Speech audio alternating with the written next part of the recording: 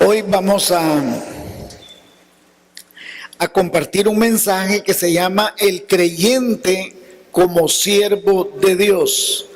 El creyente como siervo de Dios. Y nos vamos a apoyar en Lucas capítulo 17. Lucas capítulo 17, versículos 7 al 10. Jesús en muchas de sus parábolas enseñó acerca del servicio, acerca de los talentos, acerca de las habilidades, de las capacidades, de las responsabilidades, de los compromisos que le dio a cada uno de sus siervos. Cuando en el capítulo 20 de Mateo dice que ¿con qué compararé el reino de los cielos? Dice, y él dice, como un hombre que salió en la mañana a contratar gente para su servicio, y que contrató a unos a primera hora, luego a la tercera hora, y así todo el día fue contratando personas para trabajar. A cada uno les pagó, dice que su señor a cada uno les pagó, que aún les pagó lo mismo a los que habían comenzado a trabajar muy tarde, a pesar de que no habían trabajado todo lo trabajado, él sí fue muy justo en pagar.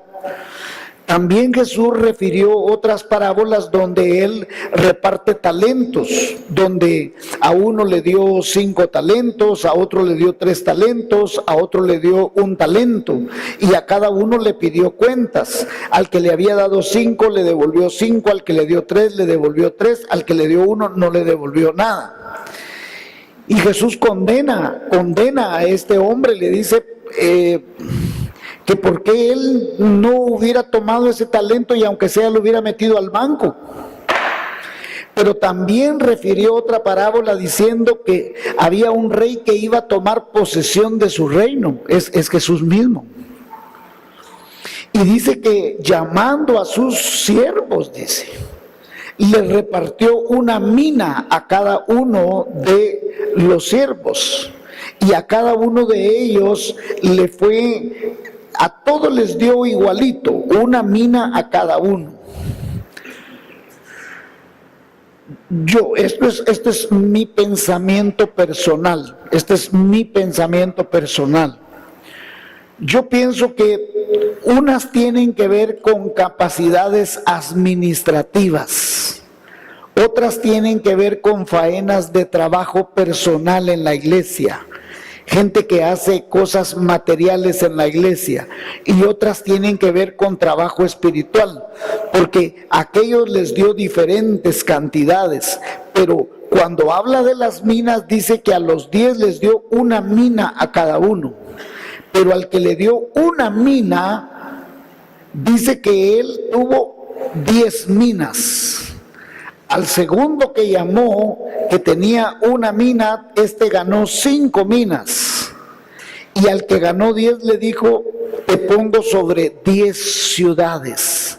Y al que ganó 5 le dijo, te pongo sobre 5 ciudades. Yo personalmente, esta es idea mía, no de nadie más, no. Yo creo que ahí está hablando de almas. Que en la medida de la cantidad de almas que usted gane, Dios así le va a dar un puesto. Por la cantidad de almas, lo puso por 10 ciudades, por 5 ciudades. A todos, en todas las historias que él narró, escúcheme, en todas las historias que Jesús narró, en todas las historias él premió a los que fueron fieles. En todas las historias él fue consecuente, pagó, premió, restableció en todas. También hay una parábola interesante en la que él dice, ¿a qué compararé el reino de los cielos? Con una planta pequeña, dice, con una semilla que se hizo la planta más grande, dice. Y vinieron, eso está en Marcos, y vinieron las aves y anidan allí. Yo personalmente creo que está hablando que la iglesia comienza muy pequeña y se hace enorme, enorme. enorme, pero no tiene poder. ¿Y por qué no tiene poder?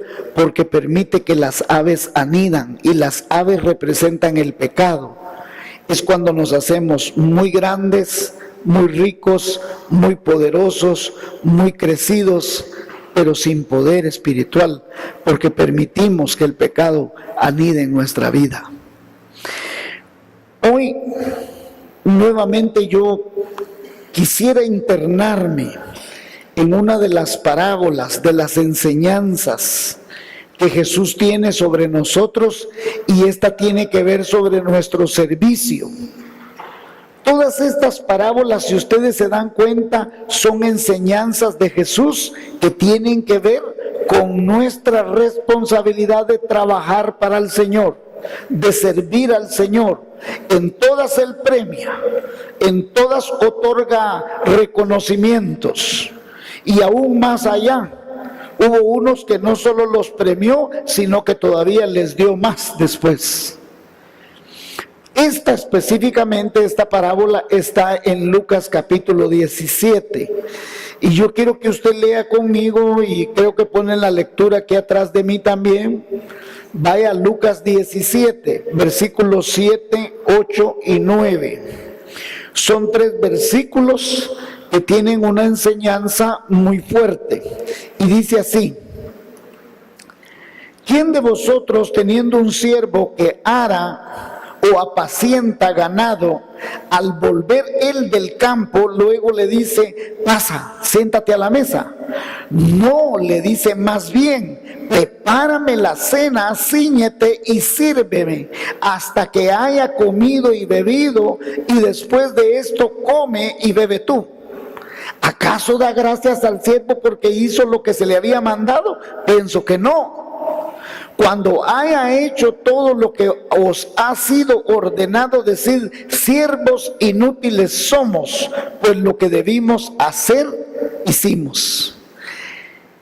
Según el diccionario, la palabra siervo o sierva dice que es un esclavo de un señor.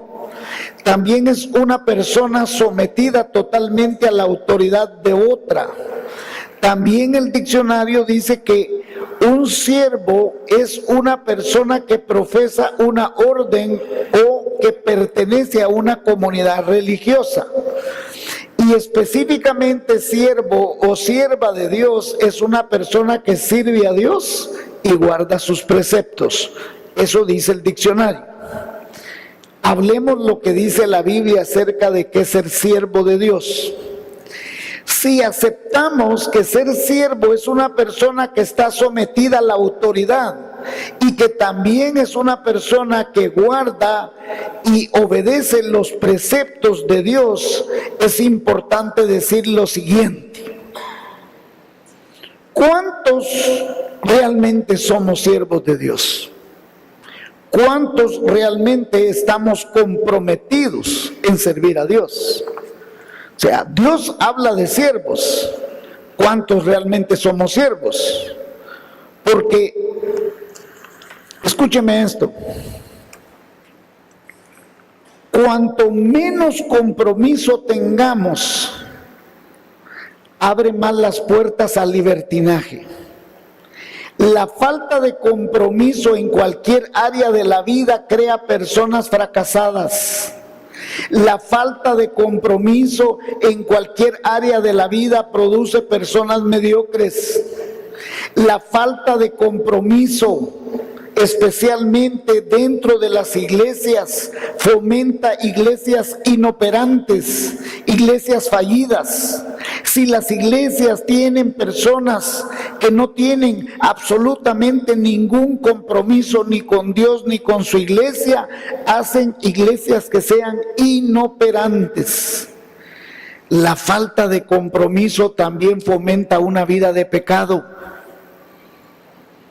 El asunto es que hoy, más que nunca, las iglesias de todo el mundo y especialmente la nuestra necesitan personas que tengan un compromiso real con Jesucristo y su causa. La falta de compromiso con Jesucristo trae deshonra a la iglesia, trae dolor. Cuando nosotros los cristianos, los pastores, y especialmente pastores, no tenemos un compromiso de servicio con el Señor, traemos dolor a la iglesia, traemos tragedia a la iglesia. No podemos vivir en la iglesia sin compromiso. Dios desea que le sirvamos con todas nuestras fuerzas, con todo nuestro amor. Y que aún después de haberle servido, habernos sacrificado, podamos decir en lo profundo de nuestro corazón: siervos inútiles somos, porque lo que hicimos únicamente fue lo que debimos haber hecho. El Salmo capítulo 2, versículos 11 y 12 de la versión Reina Valera de 1960 dice: servid a Jehová con temor y alegraos con temblor, honrad al Hijo para que no se enoje y perezcáis en el camino, pues se inflama de pronto su ira. Bienaventurados todos los que en él confían.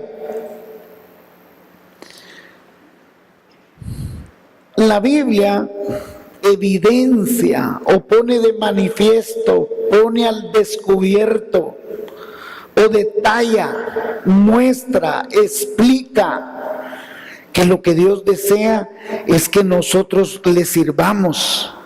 Pero no solo desea que le sirvamos, sino que desea que lo hagamos con respeto, con temor, con responsabilidad, con temblor, con gozo, y que a través de eso nos sintamos privilegiados. Y si Dios nos llama a su servicio, es algo que no podemos ignorar, no podemos eludir, no podemos dejar de lado. Y escúcheme, tampoco es algo que podamos decir: es que yo no pedí hacer esto. Es triste y lamentable, pero muchos creyentes sirven al Señor con una falta de compromiso, y su servicio lamentablemente es negligente.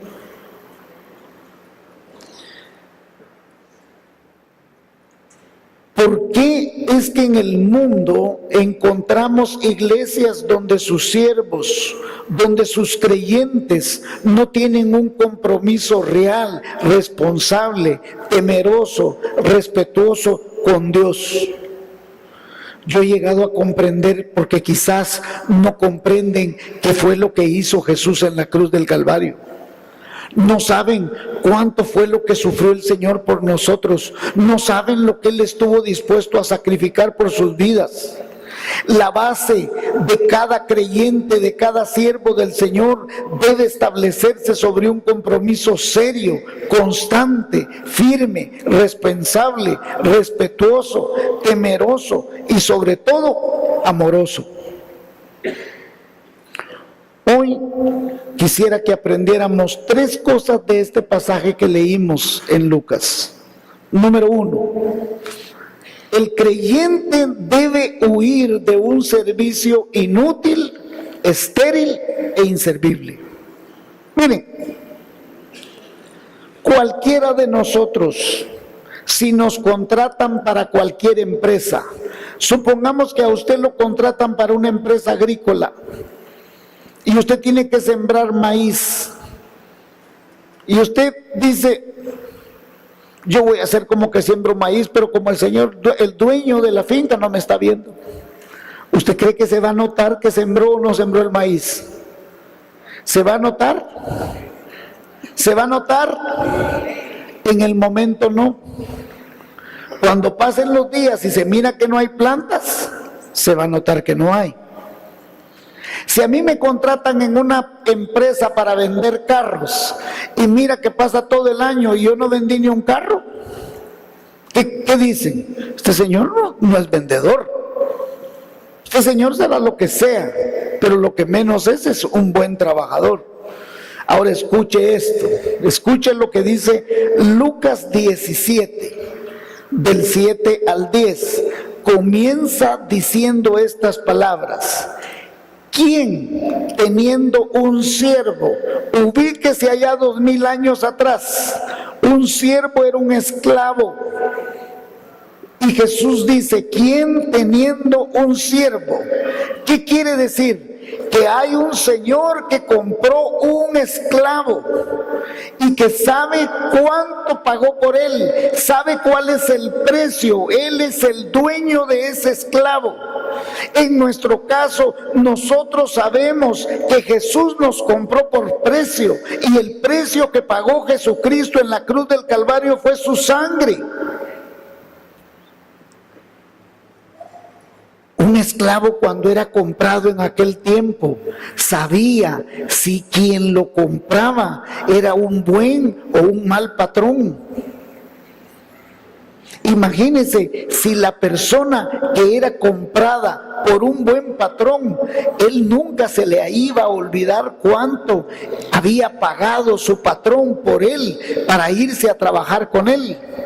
Y es más, la misma Biblia explica en los primeros libros de la Biblia que quien era esclavo, y si el esclavo después de 7 años, porque eso era lo que la ley decía, que en el año del jubileo tenía el dueño del esclavo, tenía que otorgarle la libertad absoluta. Era la ley de Dios, Dios lo había establecido como tal. No importa lo que usted hubiera pagado por ese esclavo, usted era obligado a darle la libertad. Pero dice, si el esclavo supiere que su patrón es un hombre muy bueno, él le dirá, no me quiero ir, no me quiero ir, yo me quiero quedar contigo porque tú eres un buen patrón. Entonces irá, dice, y se pondrá en la puerta y con una lesna, oiga, le abrirían la oreja y en la oreja le pondrían un huesito. Entonces, cuando este esclavo anduviera en la calle, la gente lo miraría y la gente diría, él no se quiso ir de su patrón porque su patrón ha de ser tan bueno que prefirió ser su esclavo. Y Jesús es ese esclavo. Jesús es ese esclavo que libremente tomó la decisión de que le pusieran los clavos en sus manos, en sus piernas, que le golpearan su espalda. Por eso, el día que usted y yo estemos frente a Cristo, usted verá los clavos, las marcas de los clavos. Usted verá las marcas cuando fue atravesado. ¿Por qué? En el cuerpo glorificado de Jesús estarán las marcas. ¿Recuerda Tomás? ¿Qué dijo Tomás? Jesús ya resucitó. Jesús tiene un cuerpo glorificado. Y a Tomás, cuando le dijeron, Tomás, hemos visto al Señor que ha resucitado. Y Tomás dijo, solo si yo metiere los dedos en su llaga y en el costado, yo creeré. Y Jesús se le aparece a Tomás y le dice, ven, pon tu mano aquí. ¿Y usted cree que Tomás fue a meter el dedo? Tomás cayó de rodillas. Y le dijo, no seas incrédulo.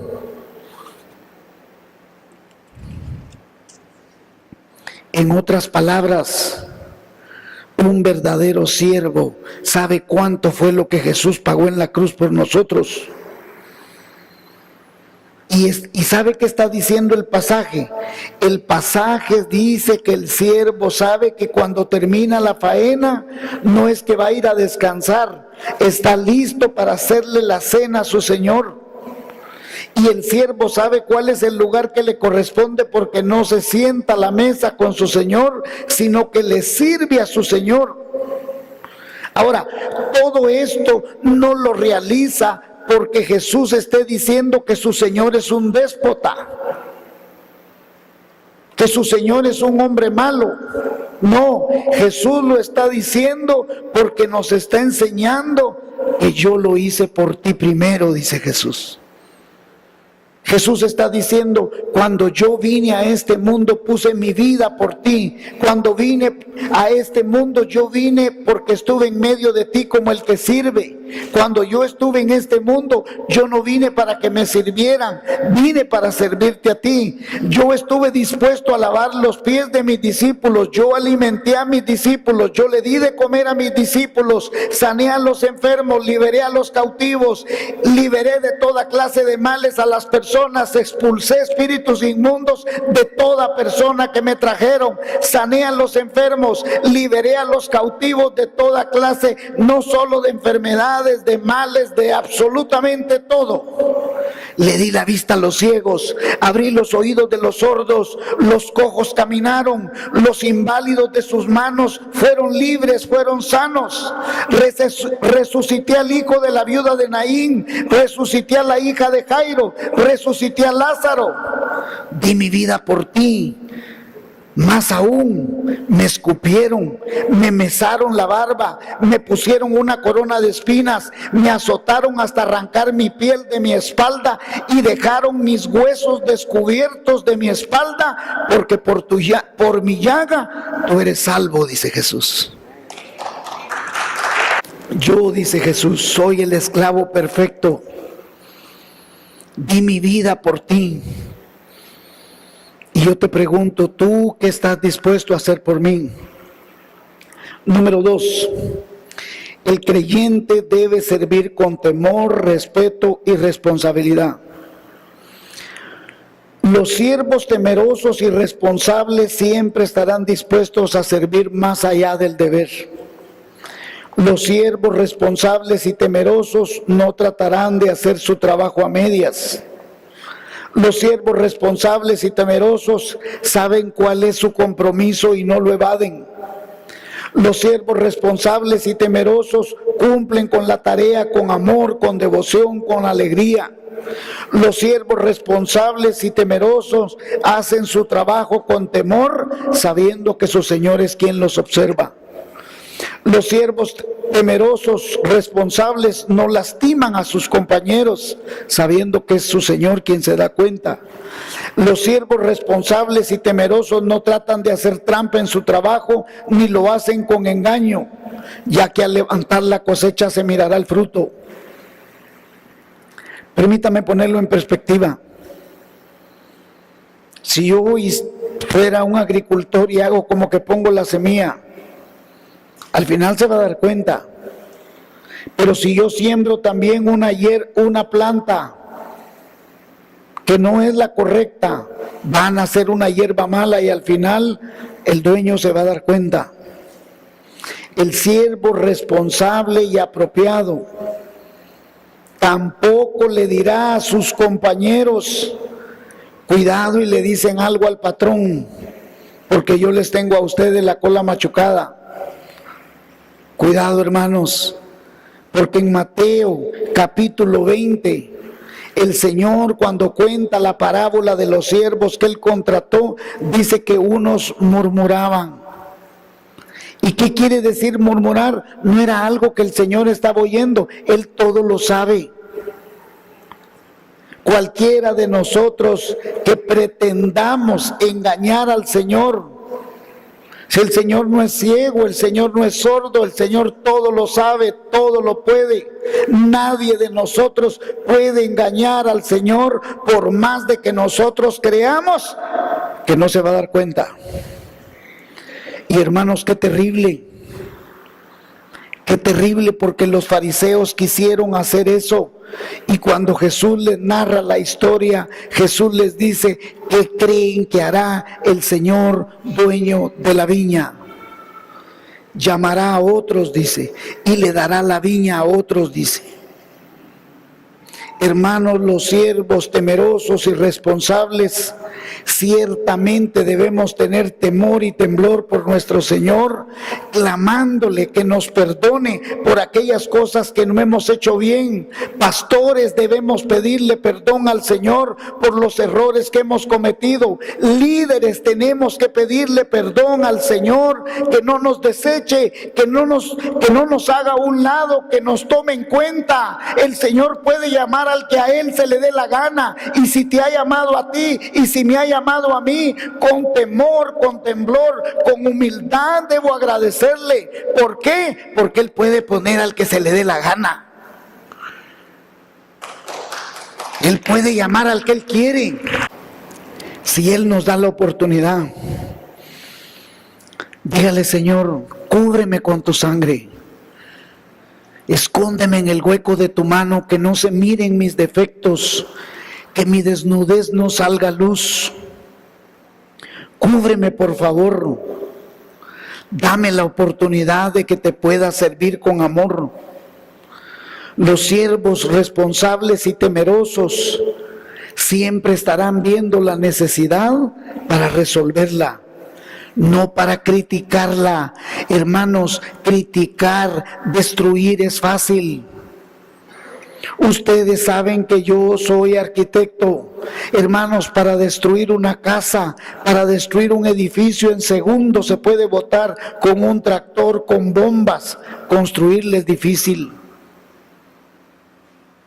Hermanos, si aquí pusiéramos un sistema de bombas, en menos de un minuto se cae esto que ha tardado años para hacerse.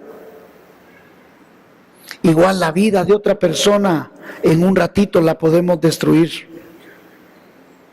Pero los siervos temerosos y responsables siempre estamos viendo cómo cubrir necesidades, no cómo destruir, no cómo criticar. Los siervos responsables y temerosos somos parte de la solución, no parte del problema.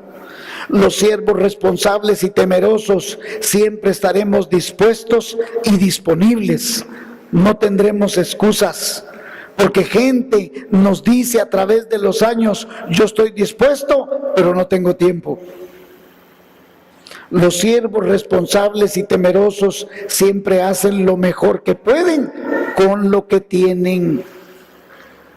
Recuerde que Moisés todo lo que hizo, lo hizo únicamente con la vara que tenía en su mano. No necesitó más. Dios no te va a pedir que tú pongas nada más allá de lo que tú no tienes. Hermanos, si en una iglesia te están y va de pedir dinero y dinero y dinero y dinero, te están engañando. Dios nunca va a hacer eso contigo. Dios te va a pedir que tú hagas lo que tengas que hacer con lo que puedes y con lo que tienes, pero no más allá de lo que tú no tienes. Los siervos responsables y temerosos son fieles a su ministerio y se entregan a la acción con pasión, con devoción, con deseos, con alegría de corazón. Los siervos responsables y temerosos se sienten privilegiados de ser encontrados fieles. Hermanos, cuidémonos de servir al Señor con reverencia y con temor. Supliquémosle al Señor que no nos quite la sensibilidad, que seamos sensibles, que seamos agradecidos. Recuérdese, el problema de Israel cuando salió de Egipto fue que se quejaban. El Señor se cansó porque ellos se quejaban por todo. No se queje. Entre a la casa del Señor con acción de gracias, con alabanzas. Dígale: gracias, Señor, que estoy aquí. Dígale: gracias que estoy aquí. ¿Por qué, pastor? Porque hoy podría estar en un hospital. Hoy podría estar en la cárcel. En cualquier lado. ¿Pero dónde lo tiene el Señor? Aquí. ¿Y qué lo tiene haciendo? Descansando. Mire tan bonito que está ahí. ¿O no? ¿Sí o no? Entonces, dele gracias. Amén. Amén. Número 3, y con esta terminamos. El creyente debe servir, escuche esto, sin esperar gratitud de nadie, más que de Dios cuando Él venga en su reino. Mire lo que dice el versículo 9. ¿Acaso da gracias al siervo porque hizo lo que se le había mandado? Pienso que no.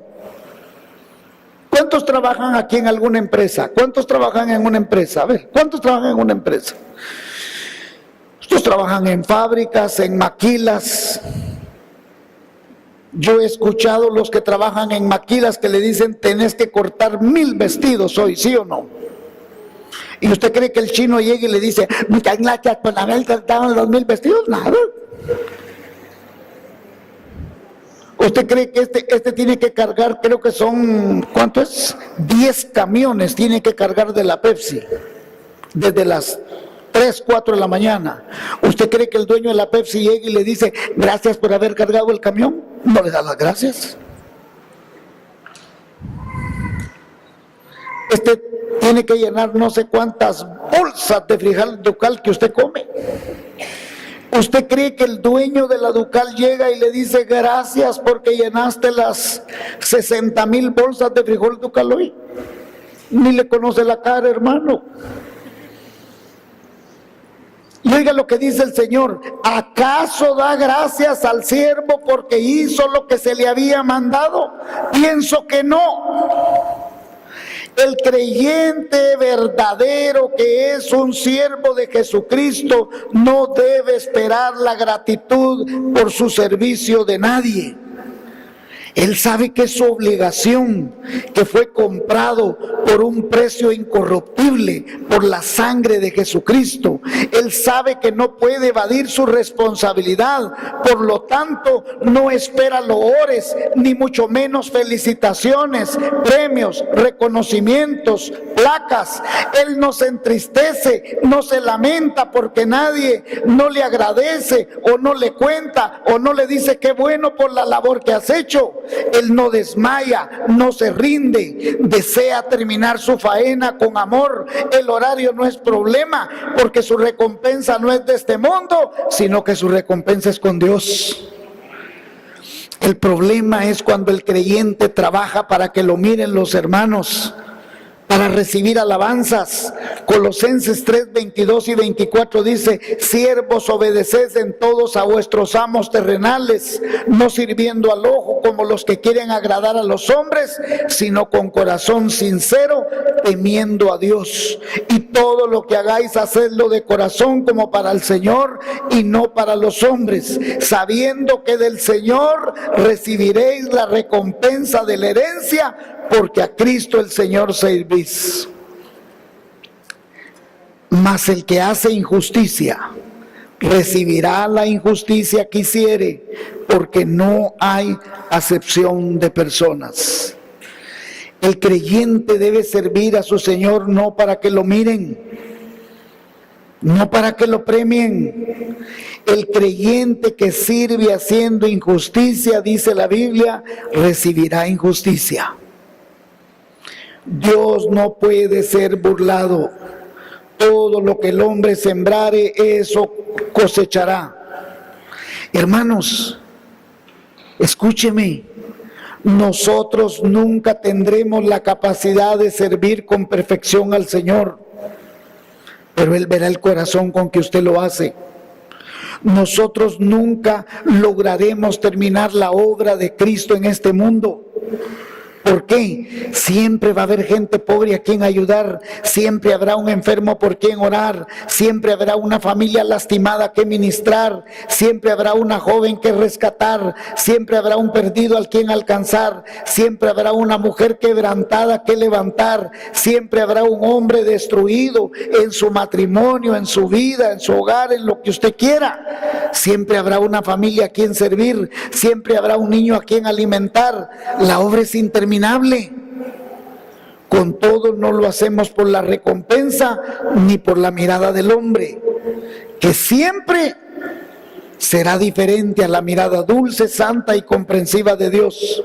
Por eso nosotros debemos ir más allá de lo que se nos pide, no por agradar a la gente, sino por agradar a nuestro Señor. Por eso debemos tener iniciativa, ser diligentes, no esperar a que la gente nos lo pida.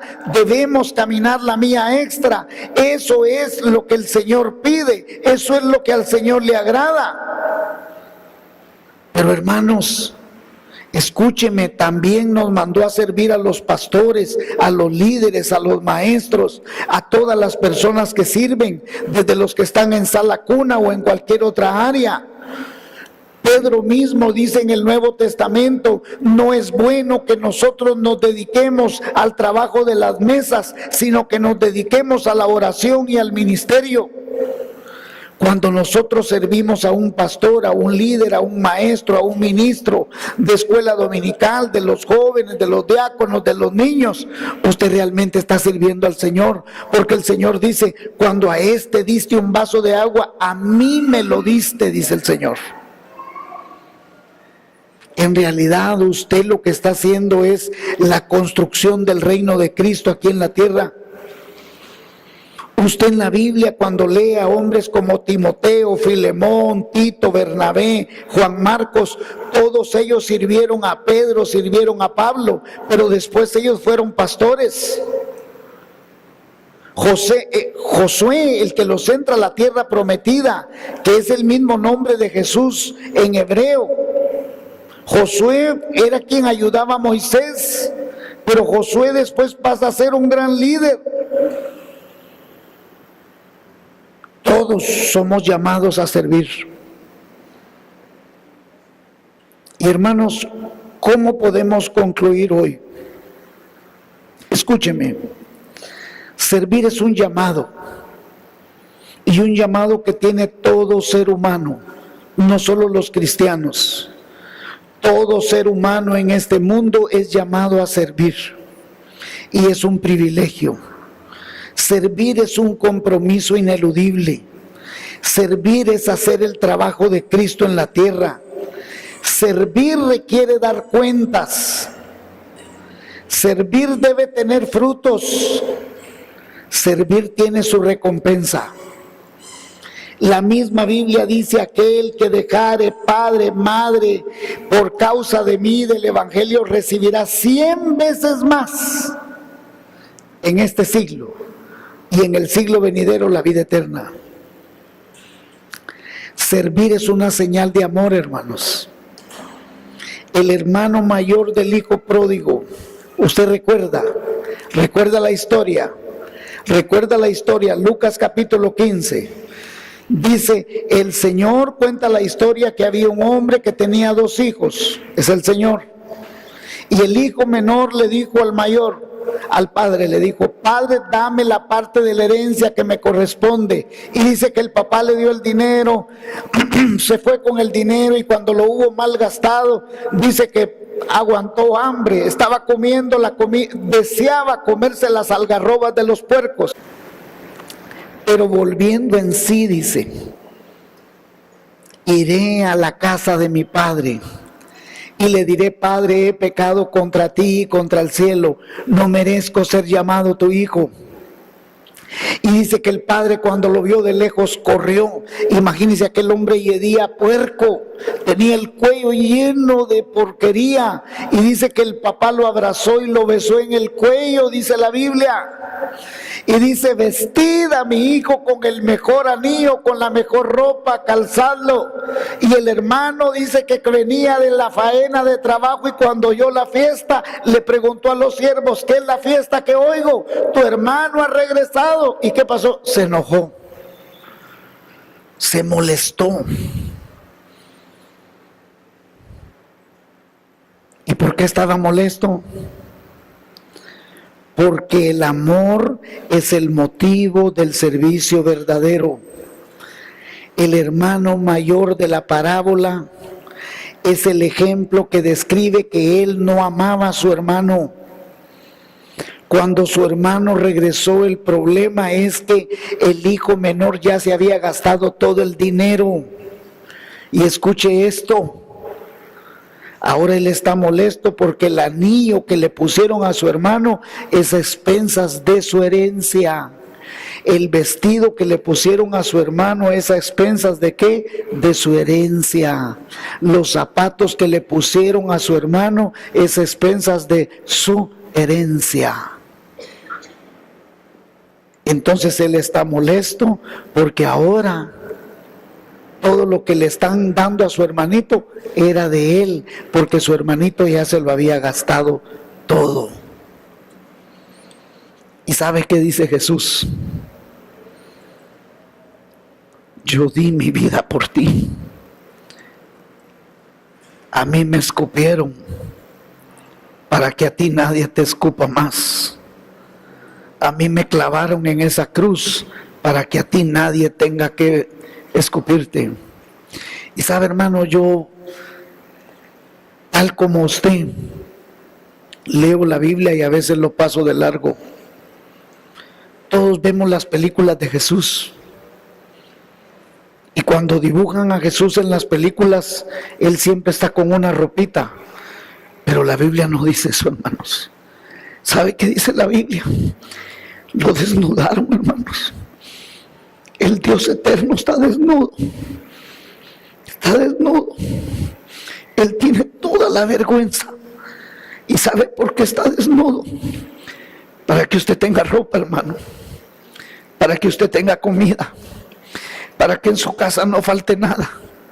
Y dice Jesús, por eso te serví. Y estuve dispuesto a dar mi vida por ti. ¿Quiere usted servir al Señor? Ame a sus hermanos.